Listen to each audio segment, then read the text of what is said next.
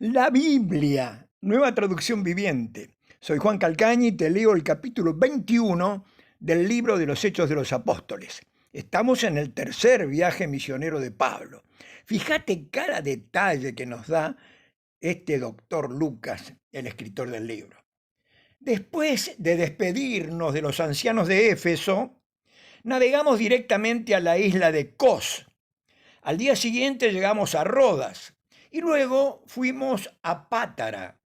Allí abordamos un barco que iba a Fenicia.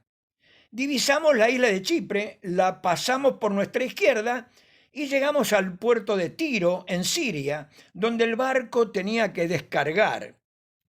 Desembarcamos, encontramos a los creyentes del lugar y nos quedamos con ellos una semana. Estos creyentes profetizaron por medio del Espíritu Santo que Pablo no debía seguir a Jerusalén.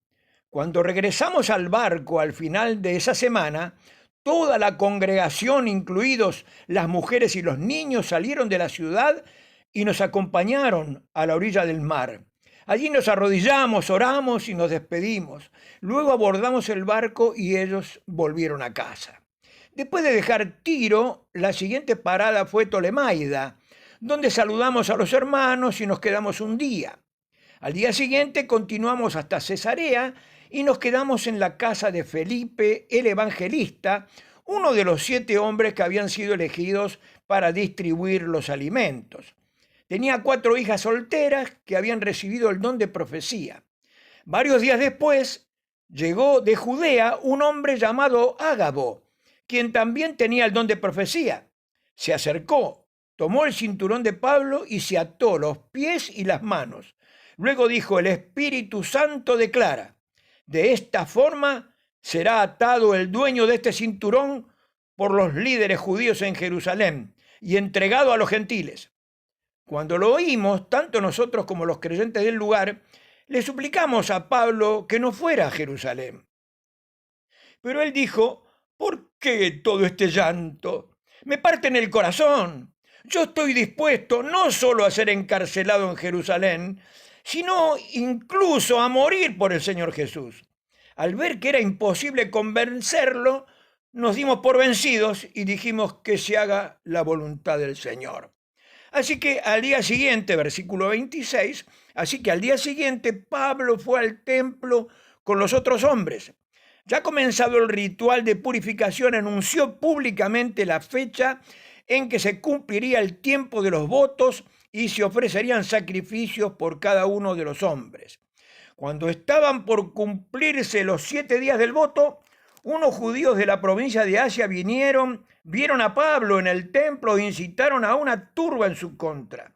Lo agarraron mientras gritaban: hombres de Israel, ayúdennos.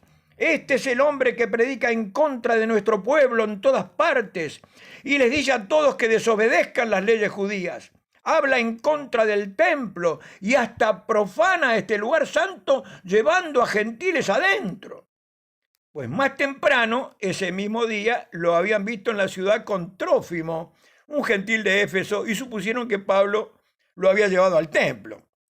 Toda la ciudad fue estremecida por estas acusaciones y se desencadenó un gran disturbio. Agarraron a Pablo y lo arrastraron fuera del templo e inmediatamente cerraron las puertas detrás de él.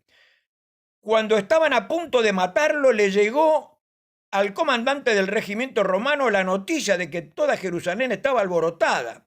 De inmediato, el comandante llamó a sus soldados y oficiales y corrió entre la multitud. Cuando la turba vio que venía el comandante y las tropas dejaron de golpear a Pablo. Luego el comandante lo arrestó y ordenó que lo sujetaran con 2 cadenas. Le preguntó a la multitud quién era él y qué había hecho. Unos gritaban una cosa y otros otra. Como no pudo averiguar la verdad entre todo el alboroto y la confusión, ordenó que lo llevaran a Pablo a la fortaleza. Cuando Pablo llegó a las escaleras, la turba se puso tan violenta que los soldados tuvieron que levantarlo sobre sus hombros para protegerlo. Y la multitud seguía gritando desde atrás: ¡mátenlo, mátenlo! Cuando estaban por llevarlo adentro, Pablo le dijo al comandante: ¿puedo hablar con usted? ¿Hablas griego?, le preguntó el comandante sorprendido. ¿No eres tú el egipcio que encabezó una rebelión hace tiempo y llevó al desierto a 4.000 miembros del grupo llamado los asesinos?